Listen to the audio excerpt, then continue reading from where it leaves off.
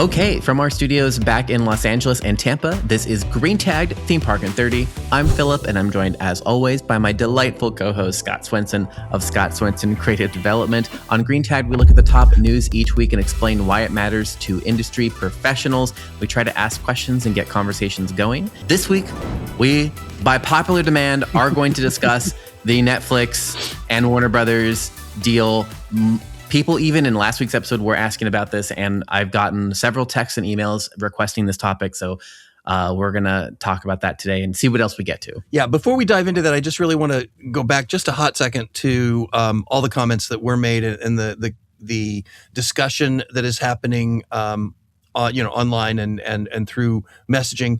I just want to commend everyone for sharing different perspectives, sharing different insights, reinforcing or disagreeing with what we said in the shows, because it was all done, at least from what I saw, was all done in a very respectful manner. And I want to continue to encourage that, because let's face it, social media is hard enough to manage and get through without somebody saying something snarky. So just keep in mind that we are all here for a common good. And one of the goals of this show has always been to spark insightful and beneficial conversation for the industry. So I just want to give all of the listeners and everybody who commented an extra thank you for not only commenting, but for commenting in a way that is constructive and helpful and beneficial to all of us. So thank you very much. Now let's talk about Netflix. Yes. So I'm kind of glad that we did wait a little bit of time to talk about this, even though it was mostly because I was out of town. But it was intentional. It was 100% intentional. We wanted to see how it all panned out. Ha ha ha. That's a lie. Okay. Yep, it's that one. So, as everyone is aware, Netflix announced last week that it would purchase Warner Brothers Discovery in a deal worth over $70 billion. But since then, Paramount has launched a hostile takeover bid. So, Paramount launched a counter, but the Warner Brothers team denied it. So what happened is they launched a hostile takeover bid by going directly to the Warner Brothers shareholders. And just unlike Netflix, Paramount wants to acquire all of Warner Brothers assets, including the cable networks like CNN. So they are basically offering now to pay more for it, and they're going directly to the shareholders.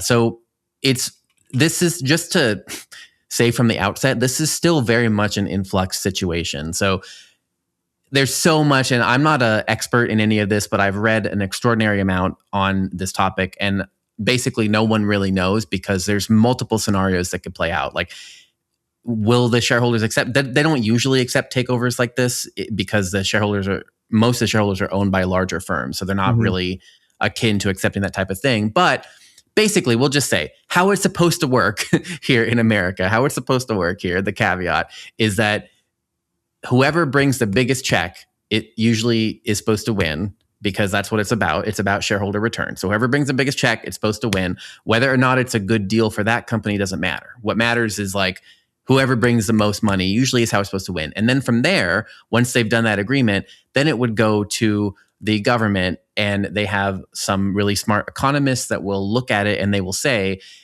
if this consolidation happens, is it going to hurt consumers? Is it reasonable to think that it's going to reduce choice to the amount where it would negatively increase prices without increasing demand sufficient enough? Does it so that's normally how it's supposed to go. Does it create a And then they would block or not block, or whatever the government would. So that's normally how this is supposed to happen. This one's a little bit different because, like I mentioned, there's the takeover that's going straight to the shareholders. Then there's the component where you're not even really comparing apples to apples here, because what they're trying to buy is different, right? What Paramount is trying to purchase is everything, because they actually want CNN, right? Netflix does not want CNN. They don't want any of the news assets, so they would let those go to somebody else. So you're not even comparing the right numbers, because you don't know how much the other people would pay for CNN. So if they found a buyer, anyway. All that stuff. Plus, then you get into how Paramount has said publicly that they believe theirs would not be blocked by the government because of their ties to the Trump administration. And they believe that, and Trump has acknowledged this to some degree, that they would allow this to go through just because of their relationship. But is that the same for Netflix or not? Or, does Netflix need to buy Trump coin, in a corner and make it go? Who knows? I don't know. So I want to get that complication out of the way. For us in the theme park space, we also really don't care about CNN. So we really, what we're looking at is the impact of the theme park stuff. And Warner Brothers licenses its name. Now, just to note, Warner Brothers doesn't actually own, or like, it doesn't own any theme parks, but it does license its name and characters to multiple, a lot of people. So there's Warner Brothers Movie World, there's Warner Brothers Abu Dhabi. It also licenses Looney Tune in DC to all the Six Flags stuffs, obviously. Then the licensing group that manages everything, the Warner Brothers Discovery Global Experiences, that they just made that last year. They also do the WB Studio Tour in Hollywood, London, and Tokyo. London, that's an enormous, very large experience. So they do have all these experiences happening. Let's not forget, of course, that all the stuff with Universal, they have all the Harry Potter areas in every Universal theme park, plus the Scooby-Doo and Beetlejuice character meet and greets. Like, they have a lot of, plus all the Halloween Horror Night stuff. Like, Warner Brothers has a lot of like tendrils in all of the theme park world with so many different operators, and not just when they're operating their tours, but also their agreements, obviously the characters, the leases. So there's a lot of tendrils out here. And the thing is, nobody knows. Like, Right. Nobody knows how this is going to work at all. And not only that, they also have with the Potter franchise, they also have the museum pop-ups. They have the touring exhibitions, exhibits and exhibitions. So they're kind of, tendrils is a great way to discuss it. It's like they have tendrils or roots reaching out into a bunch of different theme parks and attractions. And excuse me. And when I saw the Netflix story, the first thing that I thought of was, oh, well, this is perfect timing with opening the various Netflix houses, anchor stores, the Netflix house. Yeah, so that's also, you're right. That's the other complicated thing is like, Netflix. So Warner Brothers aside, it's like you also aren't even sure.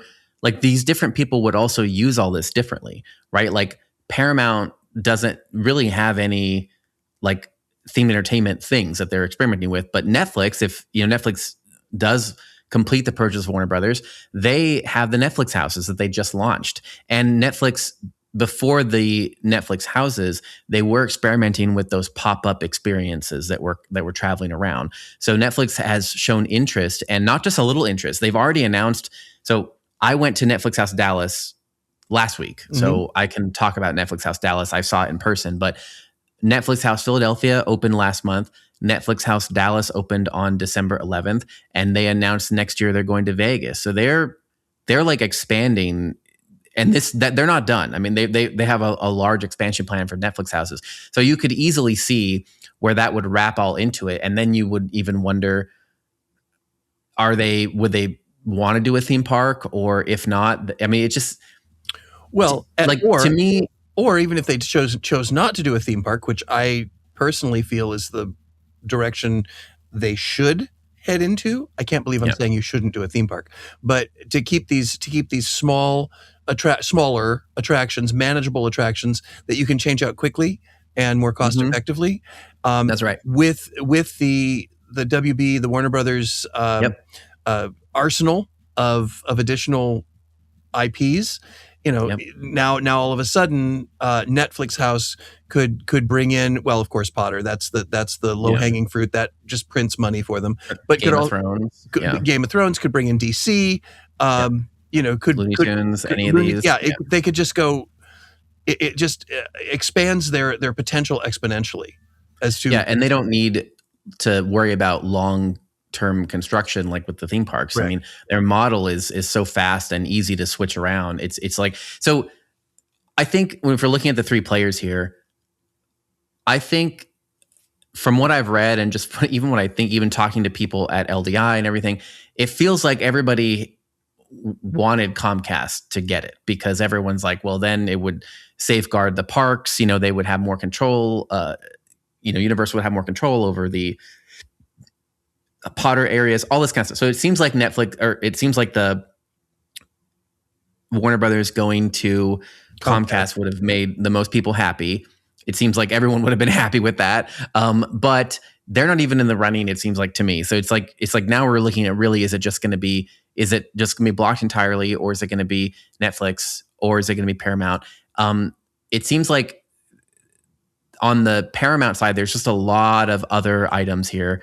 On the background, I want to read something from Heather Cox Richardson, which sent out, you cover this a little bit, but she says, David Ellison, son of right-wing billionaire Larry Ellison, who co-founded software giant Oracle, bought Paramount over the summer and appears to be creating a right-wing media ecosystem dominated by the Trumps. Part of the financing for this purchase of Warner Brothers Discovery would come from the investment company of Trump's son-in-law, Jared Kushner, as well as from Saudi and Qatari sovereign wealth funds. Paramount told Warner Brothers Discovery shareholders that they should accept his offer because Trump would never allow Netflix deal to happen. The Paramount merger gave Ellison control of CBS previously, which promptly turned rightward. At stake now is CNN, which Netflix doesn't particularly want, but Paramount does, either to neuter it or turn it into another version of Fox News. So it's interesting when you think about the backgrounds too, because just like Heather is summarizing here, there's been already a lot of moves with Paramount because it just got bought by the Ellisons and they're trying to turn it in there.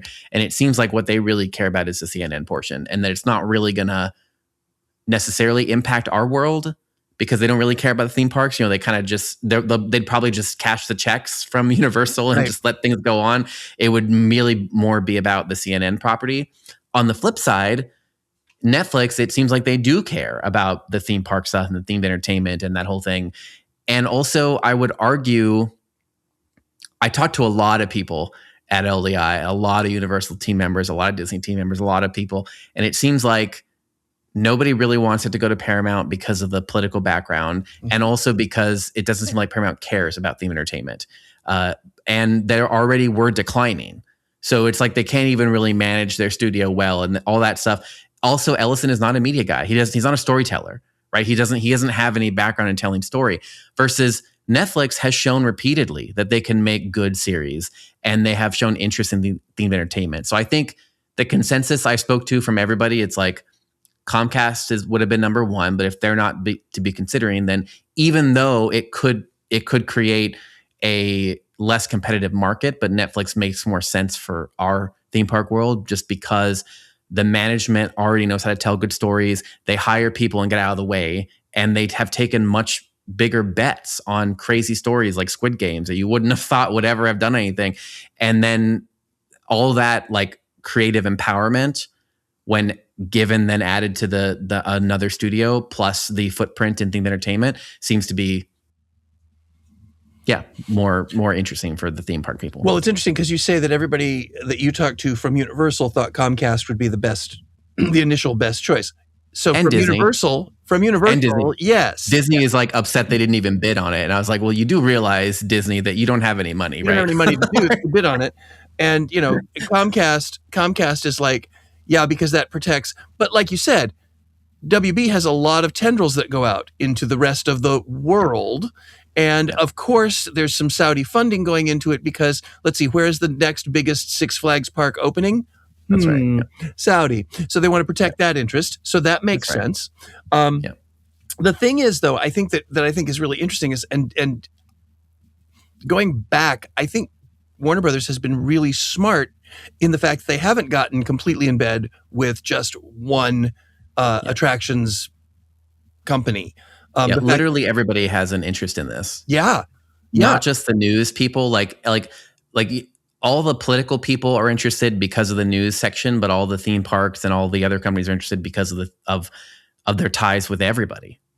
Well, and I think that the reason Heather Cox Richardson put this out there is it is sort of suggesting that there is an attempt to create a state news agency. Or a state apparently or state funded news agency. Apparently, the Ellisons did actually say that. They did say when they met with the White House officials, they did say that they would be changing the direction of CNN to be more in line with the president's wishes. Like they did actually. Yeah. So yet another Fox News. So yeah, but also I guess for me, like personally, I'm just kind of like, I understand cable news is important and all that kind of stuff, but I don't know. But I just, to me, I mean, obviously I'm the theme park person, so I care more about the theme park I was stuff. going to say the same thing. I think that that Yeah, that battle is going to go on and is really outside of the scope of this particular show. yeah, that's So right. That's right. and there is a possibility that say Netflix does go ahead and gets all the papers are signed and everything goes through, and the only way that they can convince the government to allow them to do it is by selling off CNN. Yeah. So if that's Yeah. the sacrificial lamb that goes off to Ellison, then great. That's the way. That's sort of, personally, that's what I'm rooting for. That exact scenario is what I'm rooting for, because I do think that I understand all of the concerns about pricing and competitiveness and streaming consolidation and all that. I understand those concerns. I think that they probably would. I don't think Netflix would want at all to touch CNN. So I think if the compromise is get rid of all the cable and they take streaming, I think it would ultimately be better for themed entertainment. I know people are going to at me in the comments because everyone's, even when I was saying this at like talking to people offline about this, people were like, I can't believe that you're for consolidation. Here's the thing. Like, I don't think that Warner Brothers is not doing well. Paramount is not doing well. It's really just now become something that is being funded by money. Like, basically, a good company needs a good operator. Right. And I think the Netflix operating team has proven. It's just like with Iger or previously the Disney stuff, like, good operators make or break companies, as we know. Look at the Six Flags nonsense, right? And like, I think Netflix knows entertainment. That's like the one thing they know, and they know how to innovate and keep going. And I think they're actually interested in themed entertainment, which I think for us is beneficial because it means jobs for us. Like, I know, Right, and they have deep pockets, so they can continue to fund it. That's not right. only just fund it by throwing money at it, but also it's a situation where they can fund it not only with money but also with support. Also, That's right. as you say, good operators. So That's right. And it's I know so many people that worked on the Netflix house Dallas, so many companies that we all know that worked on them. And I think that kind of, like you're saying, that kind of investment, I think, would be important for us. But also, I don't know. I mean, just me personally, I'm sure this is probably wrong. People are going to correct me in the comments, but I kind of am like, didn't it used to be a monopoly? Because it used to be all cable. You had to buy a cable package, and we paid a crazy amount for cable, like when I was growing up.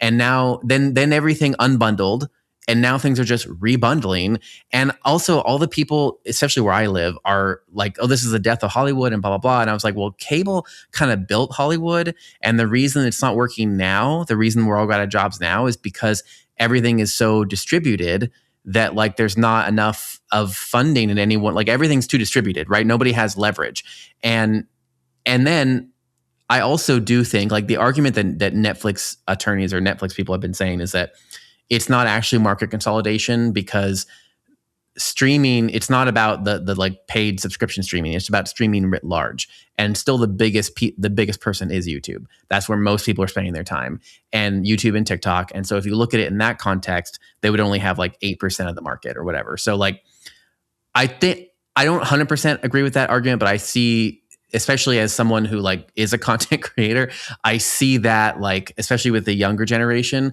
they spend way more time watching YouTube than they do watching, like, anything that they're going to pay for. So I do see all these arguments, but I don't know.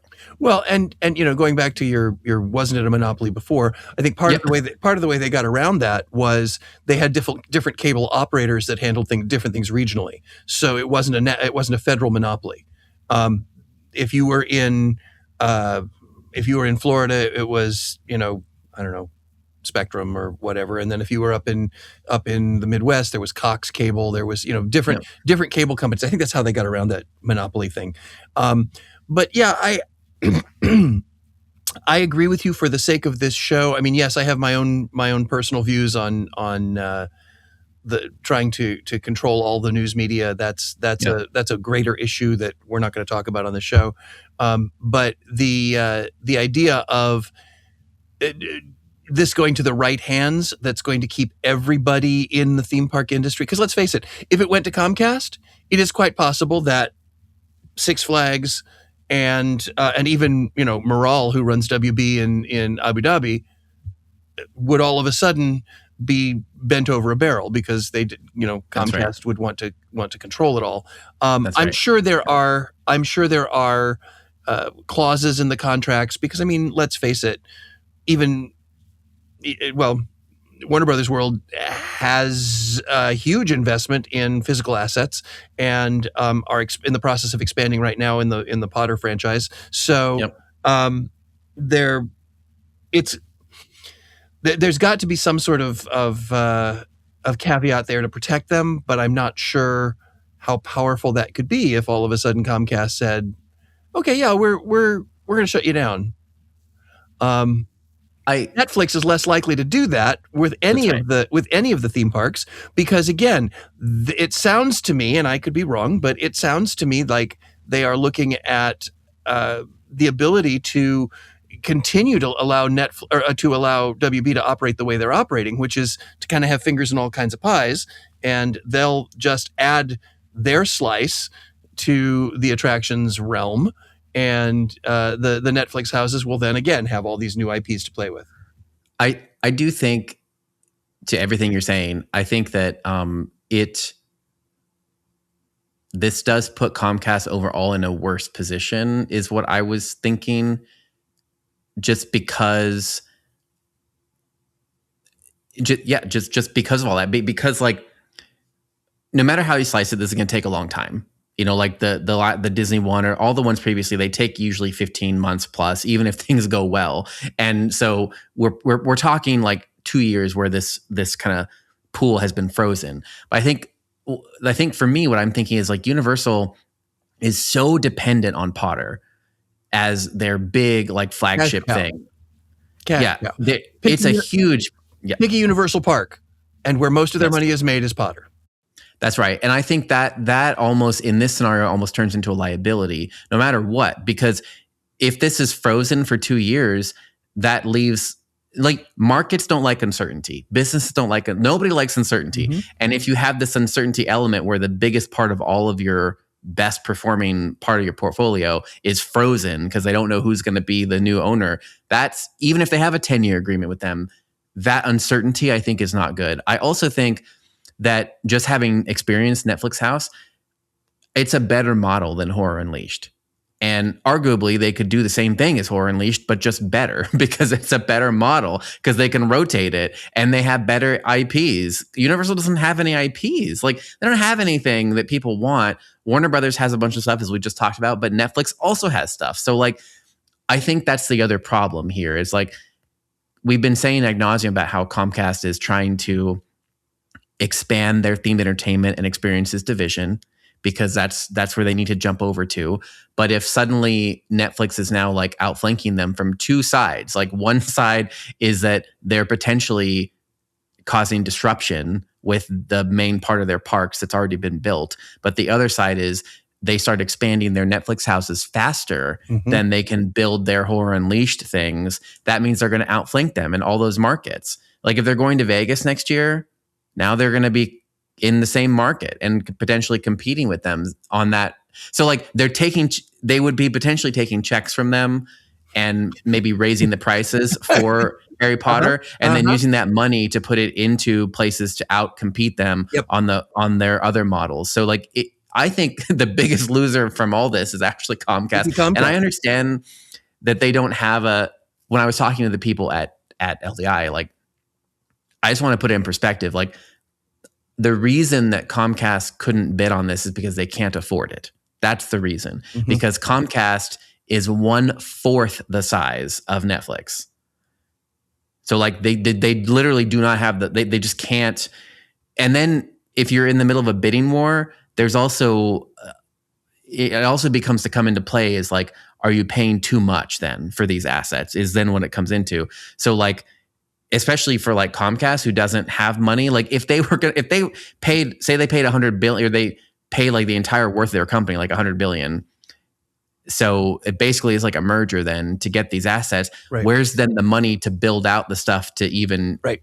get money from them? So like at least Netflix has the houses. They have these things where they can immediately monetize these IPs. Like immediately. They could And the interesting thing is, I am sure that the contracts for things like the Universal installations are all very specific to, you have in the United States, you can build this in a permanent theme park, but that doesn't preclude us from taking these same IPs, obviously, and doing them as touring experiences, studio tours in other parts. Yep. Investing in parks in other parts of the world, because WB, Warner Brothers World, is going to have a Harry Potter realm, an indoor Harry Potter realm that is, from what I have heard, because I have a few friends working on the project, it's going to be pretty impressive. It's going to be awfully cool. Now, you have to go to the other side of the world to experience it. But again, I think what I'm seeing, and I'm kind of reading between the lines here, but what I'm seeing is with the Netflix purchase, hopefully, what it's going to do is, this is not just an American-centric decision. This is a global decision. And this is a decision that, they can continue to generate revenue from the Six Flags in Saudi Arabia, Warner Brothers World in Abu Dhabi, the studio tours in London, which is, as Philip said, a huge installation. And then not only that, but also continue to get the money from the tours and have access to, and in essence, writing themselves checks for any sort of WB inclusion in any of the Netflix houses. So, and then expand those probably also, like you said, like if they put a Netflix house in a Dubai Mall, perfect. Yeah. Like, I mean, all the expansion opportunity to be able to do like a Game of Thrones experience in the Dubai Mall. I mean, like, oh my God, like, and they already have the experience. So I think for all of us in the theme park world, this is why it's more exciting with this vein. And on the pricing, I don't know, like, I got some research here that Professor Galloway put out, that he says the average subscription price for the top 10 U.S. platforms has risen 12% this year, far outpacing inflation. Following double-digit increases in 2022, U.S. households spend on average $70 a month on streaming services, a significant sum for people whose grocery bills have climbed 30% over the past 5 years. If Netflix wins, the most critical question will be whether it's competing with premium streaming platforms or virtually all digital video content vying for attention. Netflix isn't nearly as dominant if you factor in YouTube and TikTok. So, like, that's the argument. But, like, so I think for us theme park people, I think the Netflix thing makes more sense. It's more exciting for us because of the job opportunities and expansions and all that stuff. But I think there's kind of no denying it probably is going to raise streaming prices that have already been going up, as Galloway has cited here. And I don't know. I guess we just have to accept these two things. I guess my point though is, yes, it could raise streaming prices. Yes.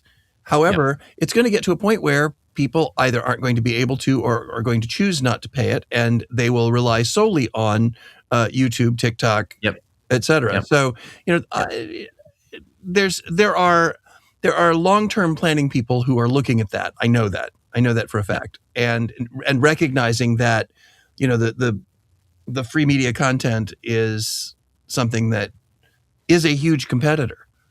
Because, just like us, we keep talking about subscribing to us on YouTube so that we can become monetized.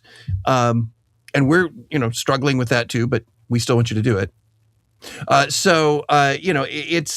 It's interesting. It's not the old game. It's a new game, and it's going to continue to be a new game. But I will say that I have a couple of friends who do work for Warner Brothers, and without telling tales out of school, I will say that they will not be upset about this particular situation. So,